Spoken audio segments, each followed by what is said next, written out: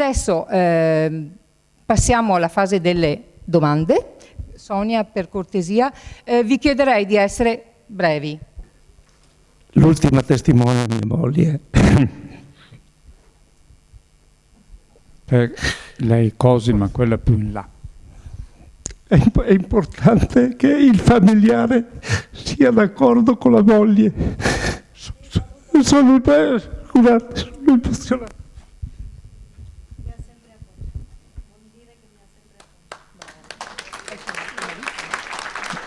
Detto che è sua moglie. Grazie Walter.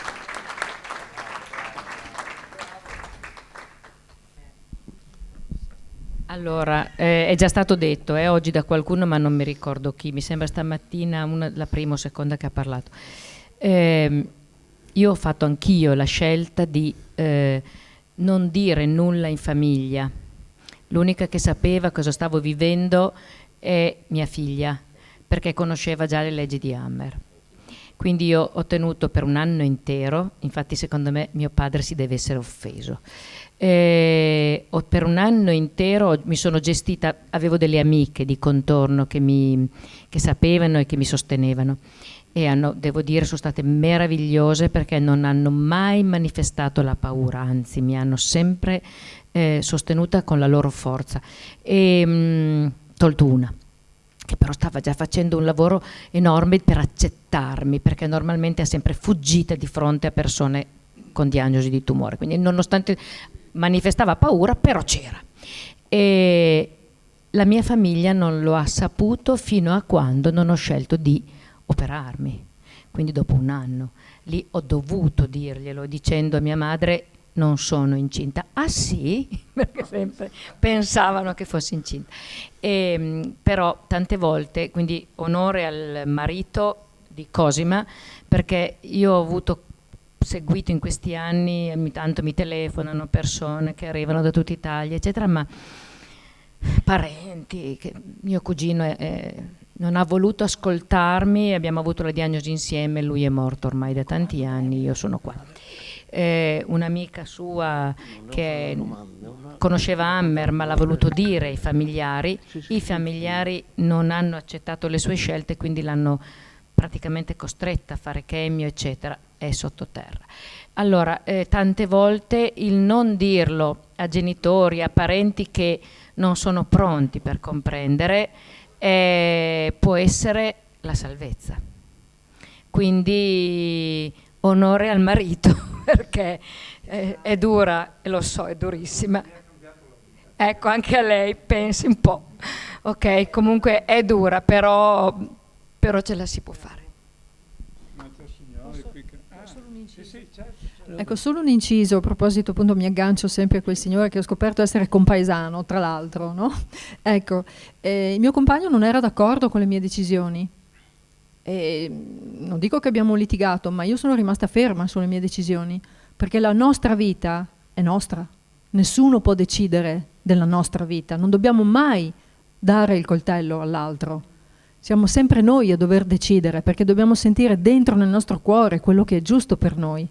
Quindi a lui ho detto questo, dopo lui si è reso conto, fa: beh, ma sì, tu hai fatto sempre tante cose strane, per cui te lo concedo, no? Mia mamma lo stesso, e le mie colleghe, quelle sono state le più feroci, le più agguerrite. Io ce le avevo quotidianamente, insomma, gomito a gomito, e non c'era giorno che non mi stuzzicassero su questo argomento.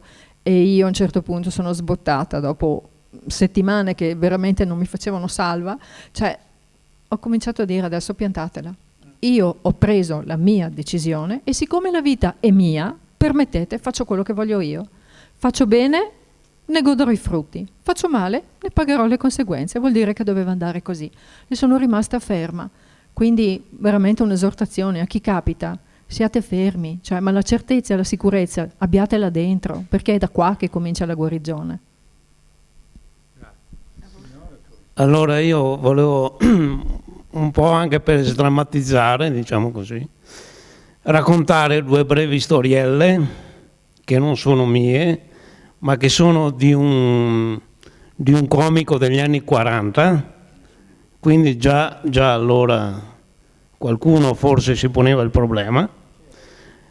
si chiamava Cecalin, Angelo Cecalin, e quindi si poneva il problema del rapporto medico-paziente, medicina o non medicina. Allora dice, la prima storia, quando sto male, parlando del diritto di vivere, quando sto male vado dal medico perché il medico ha il diritto di vivere, guadagnarsi da vivere. E quando il medico mi dà la ricetta, vado dal farmacista perché anche il farmacista ha il diritto di vivere. E quando il farmacista mi dà la medicina, la butto giù dalla finestra perché anche a me ho il diritto di vivere. Non sarà presente con noi nel pomeriggio. Se qualcuno ha qualche domanda da fare a Marcello. No, volevo solo ringraziarvi tutti e due perché sono sempre stato considerato fuori di testa perché non ho un medico curante e non ho mai fatto niente della medicina. E adesso mi date, sono felice perché sono più dentro di me mi considererei un matto, no? Perché mi dice non ti hai mai fatto un'analisi del sangue, non ti mai, te fuma, te mangia, te beve, non ti fa niente la corsa, perché un mio amico è andato a fare le analisi che ha trovato i trigliceridi, ma il cuore dalla mattina a sera fa il footing in palestra, tutto. E lei da me, ma dice, fate un'analisi del sangue, ma vi fa dietro. E ora tutto si fuori con la testa, e ora vi ringrazio, perché scusa che non ho neanche dottore di base, di niente, perché mi ho seguito un unico dottore, scusami, che sta a mio nonno, che è morto a 92 anni, che spacchia gli osti perseghi coi denti, e capisci, no, il Veneto. E mi ha detto, guarda che quella macchina, che sto corpo qua, te comanda a te. Fa par meglio che te fa, basta. Grazie, vi ringrazio. Grazie. Tutti e due vi ringrazio. Se venite qui andiamo meglio. Grazie, certamente non avvallo lo stile di vita del fumo, drogo, eccetera, però capisco, farebbe meglio magari un po' scherzi a parte, sì. La prima cosa che ho fatto quando è nato mio figlio, sono andato all'ASL e ho cancellato il pediatra, aspetta che magari non mi vede. Sono andato a cancellare il pediatra non sapendo, perché l'informazione quando fa la differenza, io non sapevo che era libero, pensavo che per un neonato il pediatra fosse obbligatorio per legge. Mi sono informato, come non è obbligatorio, sono andato all'ASL e ho detto alla signorina, mi cancelli il medico pediatra. Ma si può? E come si fa? Sì, prema cancia sulla tastiera. Morale, io l'ho cancellato di a serie, ecco, quindi il mio bambino adesso ha 3 anni e mezzo, quasi 4, il simbolo della salute, non ha mai avuto pediatra e ripeto, va su per i muri, senza vaccini, tanto, chiudo la parentesi. Bravo, sei proprio strano te. Puoi venire qua? Ok, posso. Magari lo porto un po' fuori tema, però mi sto chiedendo, a parte che effettivamente adesso siamo colpiti tutti da questi tumori, da quello che c'è in giro, ma mi sto chiedendo da tempo il perché di tutti questi Alzheimer che ogni giorno si sentono e colpiscono chiunque e varie età. Ecco, l'analisi che spesso si sente dire è perché ci sono metalli pesanti in circolo, mercurio, alluminio, mala alimentazione, stress, eccetera. Però secondo me è generica sta roba. Quindi mi sto chiedendo proprio il perché di tutte questi Alzheimer. Ecco. Beh, lei non mi conosce, giusto? No. Boh, perché sto scrivendo un libro sull'Alzheimer, quindi questo si chiama sincronicità o serendipità, no, a parte gli scherzi, sto proprio scrivendo, è quasi finito, perché mi ero incuriosito assai, avendo avuto anche in famiglia questa malattia veramente particolare che da un certo punto di vista ti va a svuotare di tutta la tua identità, cioè se non riconosci più non solo gli altri, neanche te stesso, quindi perdi completamente la tua autonomia e anche dignità umana. Quindi mi sono chiesto anch'io come mai. Dal punto di vista ufficiale ci sono vagonate di studi pubblicati, ufficiali, e il problema è trovarli, tradurli e renderli comprensibili. E ci sono delle cose molto interessanti, quindi ci sono vari filoni. Uno, c'è l'aspetto che è oggettivo, quello dei metalli pesanti, sempre più presenti nella nostra diciamo non solo alimentazione, ma ce li spalmiamo sulla pelle. La maggior parte dei farmaci hanno alluminio, psicofarmaci hanno alluminio, i protettori gastrici hanno alluminio, ce lo mettiamo nelle creme, deodoranti ascellari hanno alluminio, cuociamo in pentole di alluminio, le lattine hanno alluminio, dentro c'è un liquido acido, quindi oggettivamente l'alluminio è un metallo. Mi ero dimenticato quello più importante, ce lo iniettano anche dentro il corpo con i vaccini, chiusa la piccola parentesina, ecco. Quindi è ubiquitario. Capire come mai non viene a tutti, questo è un altro par di maniche, perché tutti siamo sottoposti a scie chimiche che vengono giù sali di alluminio, sali di bario, sali di torio, eccetera, ma in più ce lo mangiamo, beviamo, spalmiamo sulla pelle e quant'altro. Quindi capire perché a qualcuno e a qualcuno no è un altro par di maniche, quindi secondo me c'è anche poi la componente di tipo psicologico emotiva, sempre, in tutte le patologie, tanto più nell'Alzheimer. Altra cosa che trovano sempre è la candida. No, nella vagina, nel cervello.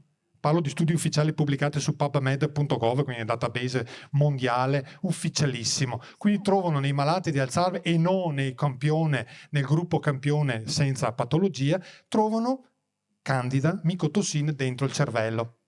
Quindi le ipotesi sono variegate. Una a cui propendo io è un problema diffusissimo che si chiama permeabilità intestinale.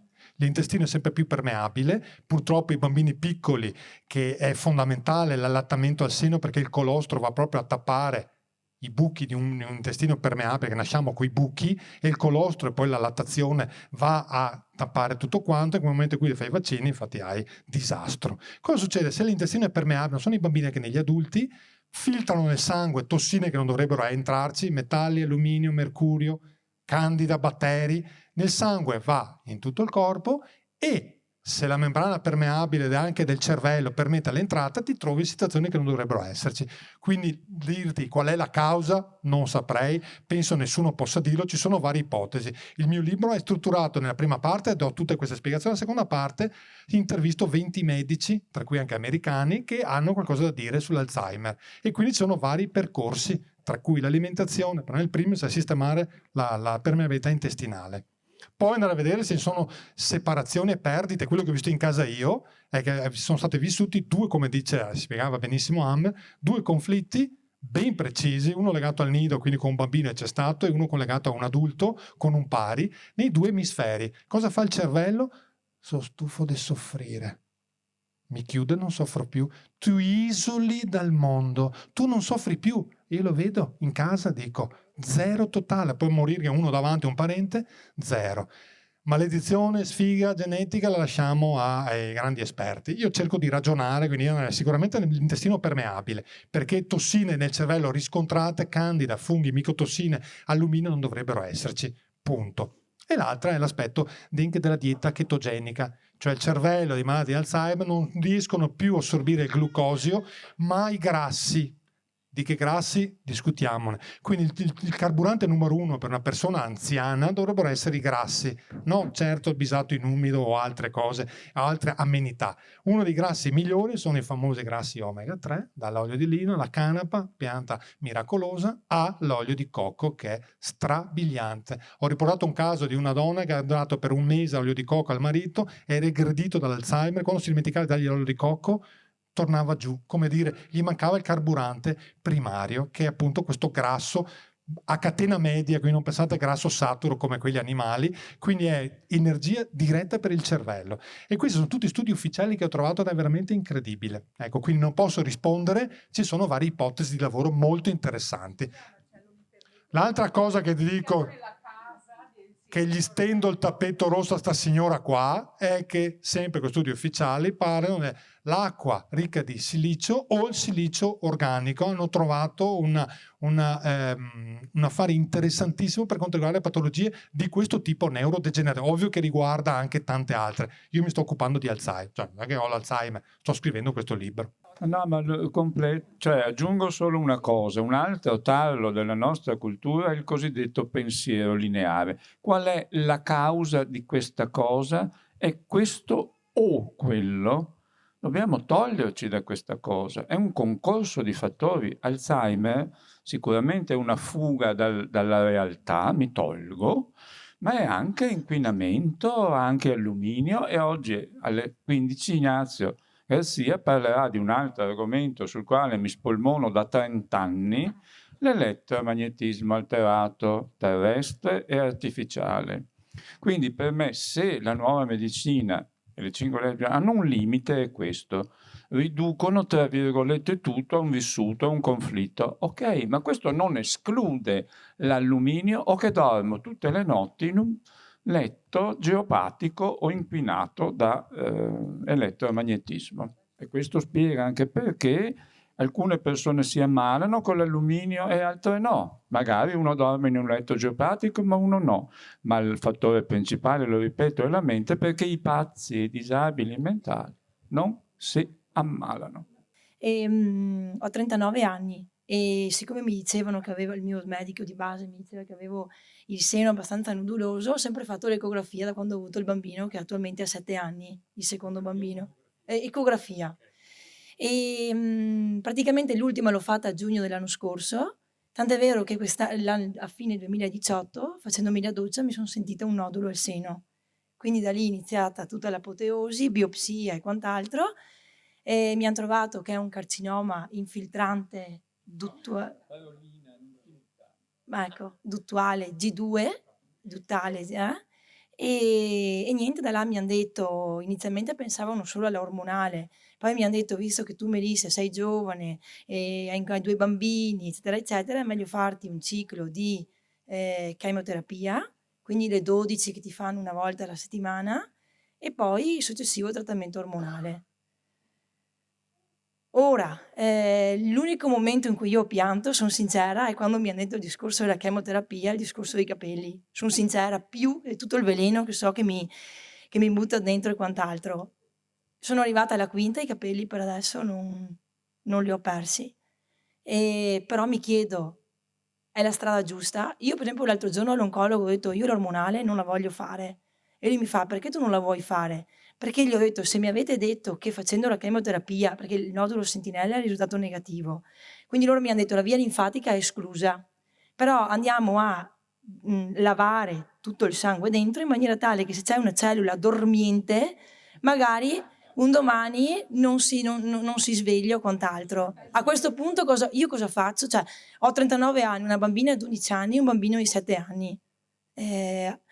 Io gli ho detto, vabbè, mi porrò a questo, tra virgolette, lavaggio, non so se si voglia dire il peggior termine, e poi la ormonale non la faccio. Perché devo fare l'ormonale quando mi sono già sottoposta a sta roba che teoricamente non mi fa risvegliare le cellule un domani? Lavaggio è una parola assurda.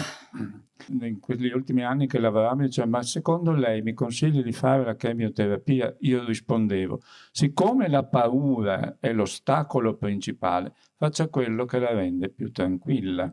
Adesso glielo dico in versi. Ora è il momento di meditare se la tua vita ti conviene delegare. Sta tu al timone della barca, così ti ricordi che della tua vita sei tu solo il re o la regina.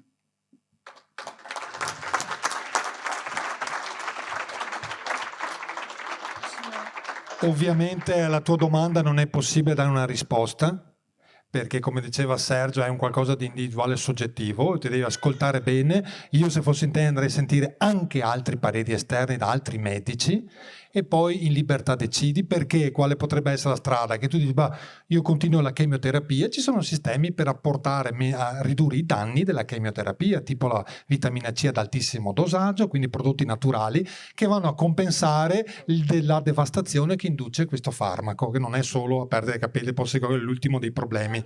Posso capire che magari per te è soggettivo, quindi per te è importantissimo, però sono altri, quindi puoi tranquillamente anche coniugare, però devi andarti a appoggiare da medici con la M maiuscola bravi che seguono queste cose, e ce ne sono. Quindi la tua domanda non è possibile dare una risposta, io so cosa farei, ma su di me non vado a fare esami, quindi ho già spiegato qual è la mia visione, quindi non entrerò mai, a meno che faccia un incidente e mi fanno gli esami perché sono in stato di incoscienza. Questo è un altro discorso. Mi ritrovo nel cancro, prendo in mano la situazione e vado da chi dico io. Sai quante amiche mie hanno il nodulo cistico? È una cosa tra le più diffuse tra le donne. A una mia lieve ho detto, ascolta, fate un mese di ricotta, no per bocca. Qui, un mese, sono scomparsi quasi tutti i noduli, uno di 3 centimetri è diventato 1 centimetro. C'era l'ecografista che a bocca aperta non sapeva cosa dire, forse avrò sbagliato a fare l'ecografia, anche lei fa l'ecografia, è molto meglio rispetto alla mammografia.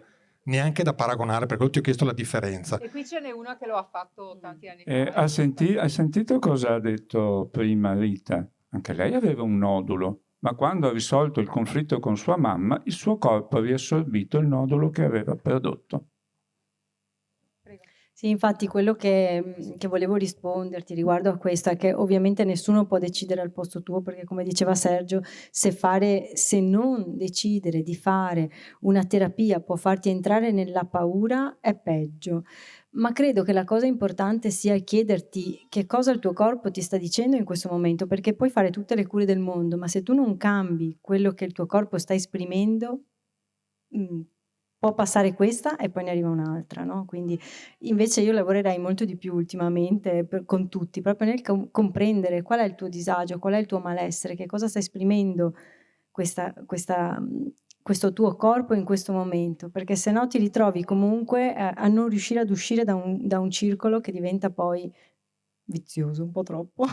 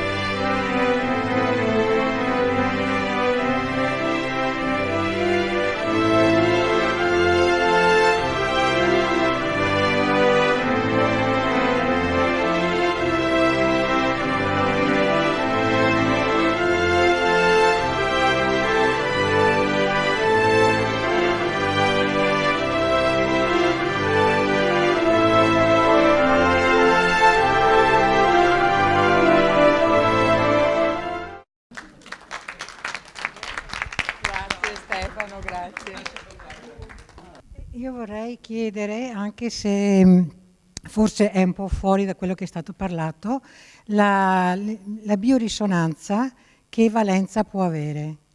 Se si può fidare degli esiti della biorisonanza. Allora, da quello che io so, un carissimo amico che si occupa di biorisonanza. La biorisonanza è un metodo diagnostico terapeutico, che quindi ha il pregio di non essere invasivo, nel senso che non ti ficcano niente dentro nel corpo, eccetera. Non si somministrano sostanze chimiche, quindi ne ho una buonissima opinione. l'unico limite, ma dipende da noi, è di delegare ancora una volta tutto alla biorisonanza, perché sennò vi cadiamo sempre nel solito errore. Ah, tu che fai la biorisonanza, capisci cos'ho e guarisci, e aiutami a guarire ancora una volta il problema, cioè la soluzione viene da fuori. Allora è come l'effetto placebo. Io dico sempre, l'effetto placebo è una preziosa facoltà della psiche che ha l'imperdonabile difetto di funzionare gratis. Questa è la definizione mia ironica. Ma l'effetto placebo è prezioso, quindi grazie effetto placebo ci sei utile finché comprenderemo che possiamo guarire volendolo. E la biorisonanza va benissimo, per i motivi che ho detto, purché non deleghiamo tutto e dipendiamo da quello che ci... Ah, dimmi, e riequilibrami. La guarigione nasce da noi. Ho risposto? Qualche altra domanda? Grazie. Per Ignazio, in internet ho trovato un gruppo che si chiama La Stanza dei Re, che la Camera dei Re, sì, che vorrebbero costruire qualcosa con delle antenne torsionali, con delle luci a filamento, con dei woofer, eccetera, per riequilibrare, diciamo, le frequenze dell'uomo. E dicono che in teoria si dovrebbe guarire di qualsiasi problema. Questo è stato proposto da un certo Davide Benvenu, non so se ha mai sentito. Lei cosa ne pensa? Sa qualcosa? Nello specifico non tantissimo, perché in giro c'è veramente tanto di tutto rispetto alle applicazioni in campo energetico, in campo elettromagnetico. C'è veramente tanto.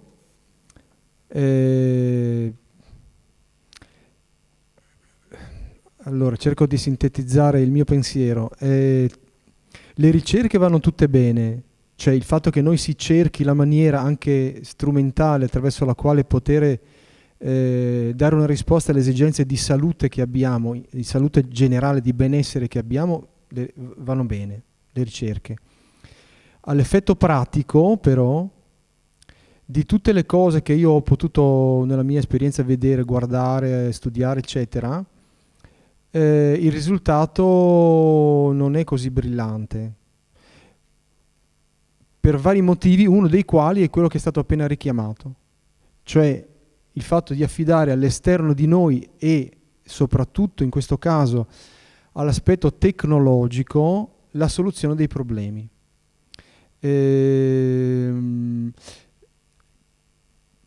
Potrebbe essere, io non conosco bene, potrebbe funzionare, ma la tecnologia, qualunque tipo di tecnologia, può essere tranquillamente bypassata, può essere, diciamo così, manomessa, può essere trasformata, può essere elaborata, eccetera, dagli esseri umani. Perché io ho visto, si sa, nella scienza si sa l'effetto dell'osservatore sull'esperimento, no? Ecco. Ma ancora molto più di questo, io stesso lavoro sulla modificazione, per esempio, degli strumenti tecnologici, riordinando o disordinando campi. Quindi ho visto attrezzature nate per un certo scopo e io stesso sono in grado di inibirle praticamente, no? E persone sono in grado di inibirle in modo inconsapevole. Quindi quando noi esageriamo nell'attribuire al campo tecnologico la soluzione dei problemi, noi scappiamo in realtà dal fulcro della questione. Volevo precisare che loro si basano sugli studi di Inghina e hanno realizzato, ad esempio, e questo l'ho visto, lo spazzanuvole. Spazzanuvole che qui è nuvolo, lo mettono in atto, spariscono qua attorno. E questa stanza o camera dei re non l'hanno ancora costruita, però hanno fatto delle cose che si possono verificare. No, ma sono d'accordo con lei, io non dico che non funzionino, che non abbiano... Higina o Reich l'avevano già teorizzate, fatte queste cose qui, cioè sono tecnologie che si possono usare. Il problema qual è? Cioè, c'è il baco in questa cosa qua, nel senso che dobbiamo stare attenti. Quando noi usiamo la tecnologia, quindi usiamo il campo elettromagnetico, il campo elettromagnetico non nasce da sé, cioè non è che esiste di per sé, viene determinato scientificamente in un certo modo, ma se lo guardiamo dal punto di vista spirituale è il prodotto di forze spirituali. Allora, le forze spirituali agiscono in questi campi. Qualunque tipo di forza spirituale agisce su un campo elettromagnetico, quindi anche su una macchina fatta per spazzare le nuvole. Dentro quei processi ci sono processi spirituali, cioè ci sono entità che lavorano, come dietro i processi naturali, la crescita delle piante, eccetera, eccetera. Quindi noi dovremmo tenere sempre presente che quando chiediamo alla tecnologia, questa tecnologia dovrebbe essere almeno, come diceva Steiner, morale. Vorrei aggiungere una cosa a questo proposito. Hellinger dice passare dall'amore cieco all'amore maturo. L'amore cieco è quello che è vincolato da una sorta di conflitti, tutta una serie di conflitti che tutti quanti noi abbiamo quando veniamo al mondo. E quindi la nostra vita ci dovrebbe servire a passare da questo tipo di amore, che chiamiamo amore, ma in realtà cioè, va anche compresa la parola, la valenza, e quindi tutta la vita ci deve servire ad andare a guardare quelli che sono i nostri conflitti per poter passare piano piano, gradualmente, all'amore maturo. Perché l'amore maturo è quello che ci fa stare nel cuore, nella centratura, in connessione con la nostra anima, ed è lì il nostro potere. Noi siamo in grado di generare un campo elettromagnetico che ha delle valenze, che ha delle forze, ed è quello il nostro potere. Quindi possiamo anche stare sotto un parafulmine, sì, per l'amor di Dio, ma capite che il potere ce l'abbiamo noi. È nostra la forza, non abbiamo bisogno di niente. Sì, gli integratori ci aiutano, i farmaci ci possono anche aiutare, per l'amor di Dio, ma dobbiamo avere noi la nostra centratura, la nostra forza, la nostra spiritualità, la nostra connessione con il tutto, con il cielo, con la terra, con Dio, con la natura, con la vita. Questa è la forza. Poi ben vengano che siano degli strumenti, che ci siano persone che ricercano, ok, ma sono d'accordo con lui che dice altrimenti demandiamo agli altri il potere, la forza, ma non dimentichiamolo, siamo noi la forza, è qua che deve nascere, capite? Non so se mi spiego in quello che dico, e questa è la cosa fondamentale. E poi quando noi abbiamo anche la nostra connessione con i nostri antenati, noi non siamo soli, abbiamo generazioni e generazioni prima di noi, e tutti coloro che, anche se sono scomparsi, ci sono, la loro forza c'è, ci sostengono costantemente, loro vogliono che noi realizziamo l'amore, vogliono che noi realizziamo ciò per cui siamo venuti al mondo, per cui non siamo soli. Quando noi ci allineiamo con la nostra stirpe alle spalle, abbiamo un potere enorme. Per dirla come dice Braden, il nostro cuore emette una forza di 5.000 volte più potente della nostra mente. Scendiamo nel cuore. La mente è quella che mente, quella che ci inganna, quella che ci porta fuori strada, è quella che ci dà delle spiegazioni, per l'amor di Dio, tanto scientifiche, ma ci allontana dal nostro cuore, ci allontana dalle nostre emozioni. Ed è lì che dobbiamo tornare. Quindi, ok, per le, come dire, le cose tecnologiche, no? Però la forza è qui. Prima le donne. Rispondo, c'è una cosa che hai detto che mi ha urtata, che è spazzare le nuvole. Dunque, no, ma aspetta. Allora, esistono le teorie del caos, quella famosa storiella che se la farfalla batte le ali a Pechino provocherà l'uragano dall'altra parte del mondo. Cioè, questo voglio dire, è detto in modo scientifico, ma anche la razionalità. Io sono d'accordo che la mente mente, però comunque ce l'abbiamo questa razionalità. Quando dice delle cose sensate, usiamola. Quando certe volte no, ma dobbiamo avere la capacità di di scegliere. Allora, noi esseri umani pensiamo di avere la capacità, il potere di modificare, ma ci sono delle variabili infinitesime che noi non sappiamo assolutamente gestire, di cui non conosciamo l'esistenza, e nel momento in cui noi andiamo a fare delle sciocchezze del genere, ma chissà che cosa andiamo a toccare, a muovere. Lui parla di spiriti, ma io ho anche una parte spirituale, non solo razionale, grazie a Dio, piuttosto potente. Signori, esistono questi geni, queste componenti spirituali che gestiscono tutto il mondo. Noi non possiamo andare, ci illudiamo, siamo dei piccoli omuncoli che pensano di poter muovere le montagne, ma no. Quindi affidiamoci a queste forze più grandi di noi, senza pensare di avere la capacità, l'arroganza, la presunzione, grazie, era il termine che non mi veniva, di fare noi ciò che non ci è. Pensiamo al nostro piccolo mondo interiore, pensiamo a noi, dentro di noi c'è tutto, siamo un granello di sabbia piccolissimo, ma dentro quel granello c'è tutto. Il concetto dell'ologramma ce lo può spiegare, ok? Dentro di noi esiste tutto l'universo, basta che lo andiamo a cercare.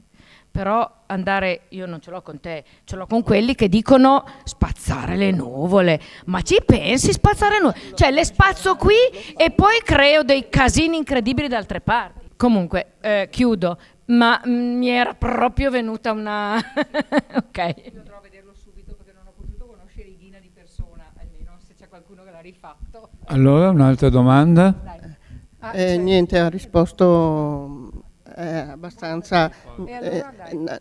Volevo solo sintetizzare che sentendo tutte le varie sia tecnologie e pratiche eccetera, cosa che anch'io da tempo sto portando avanti come studio sia su me che come conoscenza, proprio dico, ma tutto questo è tutto valido, però mi rendo conto che noi dobbiamo ancora arrivare a quel salto che non abbiamo neanche più bisogno di tutto questo, perché le scie chimiche, i metalli pesanti e tutto quello che oggi ci autodistrugge, se noi dentro di noi, il nostro cuore, la nostra questa connessione cuore e che siamo un'energia unica, non avremo neanche più bisogno di questo. Però dobbiamo essere, mi rendo conto io, che abbiamo l'intuizione, abbiamo tutto, però siamo distratti perché viviamo in un contesto che è difficile mantenere quell'equilibrio, altrimenti tutti quanti riusciremo al 100%, però può essere che un giorno ci arriviamo anche. Benissimo, quindi questa non è una domanda, è una presa di consapevolezza con cui concordo pienamente. E Ignazio ha detto che c'è una morale dietro tutto quello che si fa e questo è molto vero, però è anche vero che tutti quanti stiamo cercando. Allora, questi signori che stanno facendo la Camera del Re, sicuramente il loro obiettivo è un obiettivo per fare del bene. Igina ha fatto veramente lo spazzanuvole, bisogna parlare, diciamo, con cognizione di causa. Reich ha fatto la camera organica, Tesla ha fatto un sacco di cose. Dobbiamo essere in apertura di cuore, ma in vera apertura di cuore per tutte le cose, perché è vero che c'è un mondo praticamente, perché noi siamo nella dualità, ma siamo qui per crescere, pertanto va tutto bene. Allora c'è chi guarisse perché ha una forte spiritualità, c'è chi guarisse come la signora Vandelli perché ha una grande determinazione e forza dentro, ma ognuno dobbiamo, come dire, scegliere quello che va bene. È vero che noi ancora ci affidiamo alle macchine, dovremmo essere noi, però c'è chi ha ancora bisogno, perché dipende dal grado di consapevolezza su cui noi siamo. Grazie. Sì, forse non si era capito, ma sono d'accordo anch'io. Io ho premesso che... Sì, no, a parte il fatto che puoi criticarmi tranquillamente, ma... No, io ho detto che la ricerca è benvenuta e credo che quelli che lo fanno per il bene. Poi io parlavo, forse mi sono spinto un po' in là, diciamo. Olga Samarina, che è una russa, lei praticamente da qualche anno insegna la radionica russa. Io l'ho un po' vista, l'ho un po' approcciata perché così nel mio percorso mi è arrivato anche questo.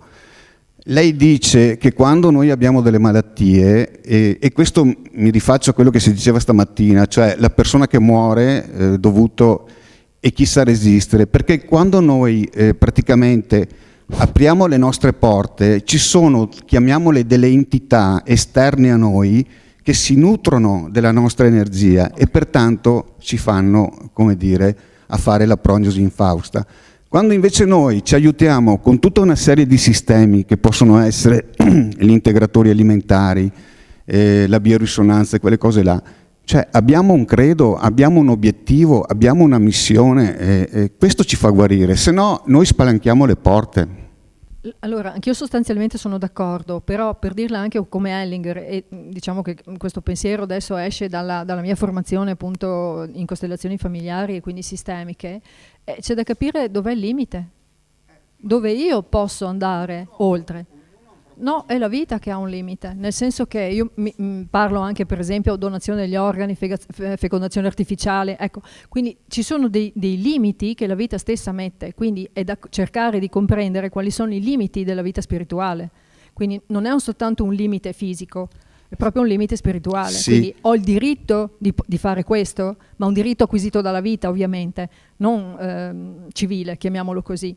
Ho il diritto di fare questo o no? Cioè, non voglio monopolizzare la cosa, però anche sul discorso, ad esempio, diciamo di questa vita spirituale, noi stiamo agendo in base a quello che ci è stato trasmesso, però ci accorgiamo che quello che valeva, la verità è dinamica, quello che è vero oggi, domani non lo è più, e non è più quello che era vero ieri, pertanto noi come osservatori su un palazzo a 12 piani, dipende su quale piano ci troviamo, cioè la religione per esempio cattolica ci ha passato un sacco di messaggi falsi che hanno portato a tutta una serie di problematiche, di malattie, cioè Hammer ha fatto una scoperta rivoluzionaria, cioè, e questo ci fa crescere, domani ci sarà qualcun altro che ne fa un'altra e sarà osteggiato perché praticamente stiamo andando contro il sistema.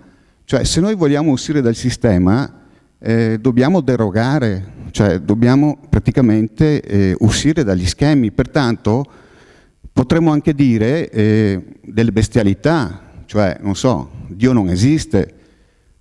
Vi vorrei dire questo, scusatemi, la butto là come provocazione. Gurdjieff dice che noi siamo cibo per gli arcangeli.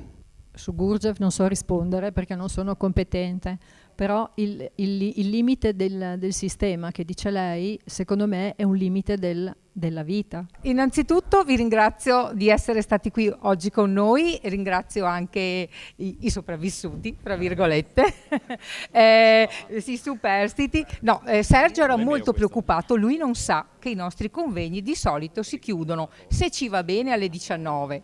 E se ci va un po' meno bene alle 20, quindi oggi siamo stati bravissimi. Siete dei mutanti. Sì, e senza pause anche.